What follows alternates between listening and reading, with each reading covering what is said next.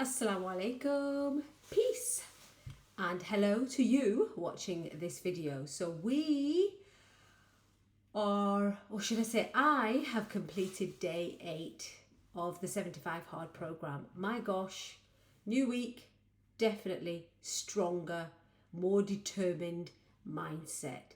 It feels so good to say that, alhamdulillah, praise be to God, that I'm actually on day 8. Like seriously, last week was ups and downs many times. As I said in my previous videos, that I wanted to give up. So busy, why are you doing this? You don't have to do this, Hafiza. All these voices, all these beautiful, perfectly good reasons why I shouldn't be doing this program. But yeah, I persevered, and here I am on day 8, and day 8 was completed. Thank you, thankfully. I did say yesterday that I wanted to try to get done by 2, so both workouts, gallon of water, my reading, my picture, diet is good, right? I mean, it's been 8 days straight of absolutely no sugar at all. It feels really good. I did have cravings last week because there was just so much sugary products in front of me, but not touched it at all, and it feels good. So my intention was to get it done by 2 o'clock today. I didn't get it done by 2 o'clock. I did, however, got every task done by 6:30 today. So that's a fantastic new achievement, because I've never got all of the tasks, all the critical tasks done by 6:30. So definitely, I know, let's try and improve it in increments. Let's try and go for 5 o'clock tomorrow, and then let's try and reduce 1 hour, maybe 4 o'clock, and then see how things feel, maybe 3 o'clock the next day, and that's how I'm going to play it. Okay, so what I want to share today. Yeah, so 7 days, full week of completing all of the critical tasks. Absolutely, definitely feels like a major milestone. Today, day 8, when I woke up, I just said to myself, right, this is it, fresh start. You know, have a little bit more discipline, level up more, and just push yourself even more than you can. It's still the same 5 tasks, but you know how you do a task, it really matters. Like, I could be like, okay, I've done like a slow walk, for 45 minutes, and yeah, I've done my 75 hard. Alternatively, I could do a fast-paced walk, okay, and kind of, not exhaust myself, but work my heart a little bit more and get more out of that workout, okay? So what I want to do is I really want to push myself, and because I just woke up this morning and it's almost like a renewed sense of purpose. Like, my kids are behind me, my husband's behind me, you guys are watching this video. I have 2 amazing, incredible accountability partners that cheered me on today as well. And I'll talk about that in a few minutes. So yeah, it feels good. It feels good. It feels like I'm on the right track to better health, to what I'm actually working towards is optimal health. So definitely we're on that path. It's going to take a lot more time, but we're there. Okay, we're on that path, should I say. Okay, so what are the 2 things I journaled about today? Yes, so first of all, when I said I want to push myself further, what I really want to do is I want to figure out where my time goes. I remember a friend of mine, bless him, he shared with me somebody called Laura Vanderkam. I think that's how you spell her name. Laura Vanderkam, says Vanderkam. And what I believe she's an expert in is really trying to figure out, where is your time? So her book, her message to the world is, you have more time than you think. What an amazing message. You have more time than you think, because so many of us so often feel, and I know I've been guilty of it, well, I'm too busy. I can't do this. I can't do this right now. You don't understand. I've got XYZ commitment, and I work, and I do this, and I do this, etc. And there's no way I can take on a program like 75 hard. There's no way I can exercise every single day. I don't have time to drink a gallon of water, to go to the bathroom that many times. I don't have time to read 10 pages of non-fiction, right? So many times we come up with all these reasons because we think we're so busy in life. Now, I'm not saying that anybody who's watching this is not busy. I get it. There's lots going on in life. I feel like sometimes I'm kind of getting through the day. I understand. But what she talks about is you have more time than you think. And so what my focus on this week is to focus on, where are my 160 hours going? Where are my 168 hours of the week going? Exactly where? So I do this stuff online, but I've actually printed out to show you guys. So what she has on her website is templates like this. Okay, very, very straightforward.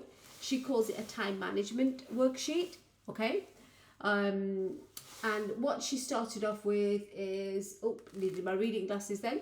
From 5 o'clock in the morning all the way to 4:30 p.m. So she works in increments of half an hour, which works perfectly for me, because working in half an hour for me, all the work that I do is using the Pomodoro method. Pomodoro method is you work for 2 hours, but the 2 hours is split up into 4 parts. So it's 25 minutes, like intense work, and then 5-minute break. Another 25 minutes, a 5-minute break. Another 25 minute, 5-minute break. And then another 25 minutes, 5 minutes break. And then after those 4, lots of 25 minutes, which really, if you think about it, it's half an hour, because you've got the 5-minute break. Then you can have a longer break, whether it's 15 minutes or half an hour or so on.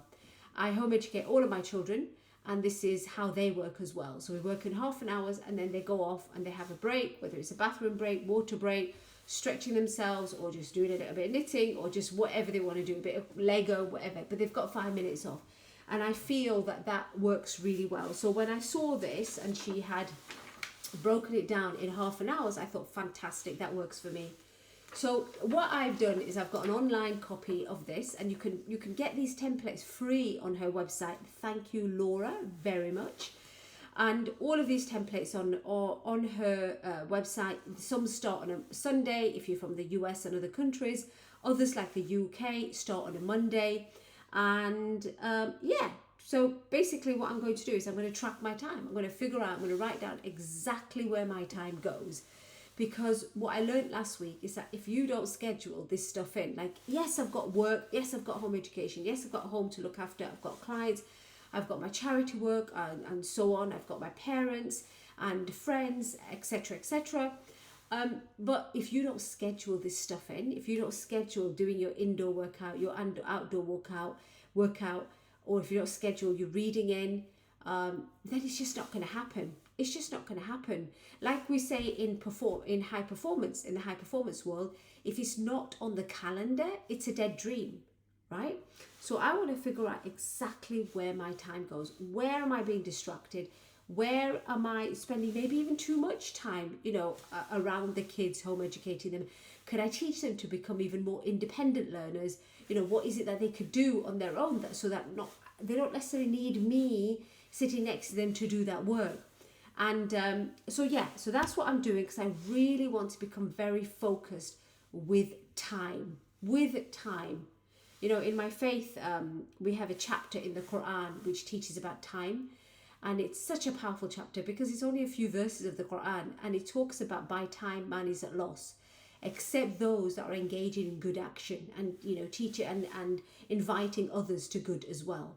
So by time man is at loss, because it's true. I cannot and I will never get back like the hour, my last hour. I will never get back the 9 minutes that I've spent recording this video right now. I'm not ever going to get it back. So of course I'm going to be at loss, except those that do good. So for me, those verses of the Quran are very, very important. So I'm going to hold myself more accountable to where my time is going. And what was really interesting is that I got my kids to track their time. So they're there. They've got a printed sheet, and they're there writing down, like, this is when I woke up, this is when I had a break, this is when I did my maths, this is when I did my English, this is when I did humanities, this is when and it's going to be really interesting because they're all kind of like looking at each other in competition, like, who fills it in every day. Because at the end of the week, we're just going to have a chat, We're going to sit down as a family and say, okay, so where did our time go then? Okay, how can we use it more productively? Okay, if it's not in the calendar, it's a dead dream. Okay, so yes, so that's the first thing I wanted to share with you, that my priority this week is really figuring out the time, because absolutely one of the biggest things that I learned last week is that I waste a lot of time. It's awful saying that, isn't it, to yourself, especially on a video. I do end up wasting a lot of time, and I think if I don't plan everything, plan as much as I can, right, then it's just not going to happen, right? So yeah, time management worksheet, 168 hours, Laura Vanderkum. Okay, second thing that I found really helpful, and I will strongly suggest to you that if you don't have any accountability partners that you work with on a regular basis, try to find at least one person, ideally two, right? But it's so important that you're sharing the vision of your goals, you're sharing the tactics, which means like the breakdown of how you're going to achieve that goal on a daily basis or a weekly basis, when you're planning to achieve that goal, and then every single week, like giving that particular goal the progress that you've made towards that goal, like a percentage, like a scoring. Okay, and I think it's so important that you have people like that. I personally call them my growth friends, and I meet up with them on a Monday every single day at the same time. And my growth friends are called Bart and Elaine. So if Bart, Elaine, you ever do watch this video, hello, I'm mentioning you because you are really important, two incredible human beings in my life. And because not only do they hold me accountable, because I actually look forward to that meeting, and I make sure that the work that I'm doing, I'm not doing it for Bart and Elaine, obviously, but because I know that we've got a weekly accountability meeting every single Monday, it's like I want to say to them, okay guys, this is where I am, this is what I did, these were my challenges, this was the reality of that work, and I know that this is how I can progress and do better, right? And then they give me some feedback, all right? And their feedback is really, really powerful, because it might just be one word. It might just be, have you thought about this? Have you thought about that? Could you have done that? Was that an excuse? Or, could you have showed up better? And so on. And it's just, you don't even feel offended by those comments, because you know that that group of people, who I actually call, as I said, my growth friends, they are there to not just hold you accountable, but to support you, but to clap for you, but to cheer you on. And so therefore they're doing it with good intention, right? So if you don't have like weekly accountability people that you can say, right, okay, you know what, this is where I'm at with 75 hard, or this is what I'm doing with my health, this is a big major goal of mine, and this is what I'm doing, right? Get somebody, right? If you can't find like friends, like I'm so blessed to have these two people in my life, but if you cannot find like-minded people to work with you, get yourself a coach.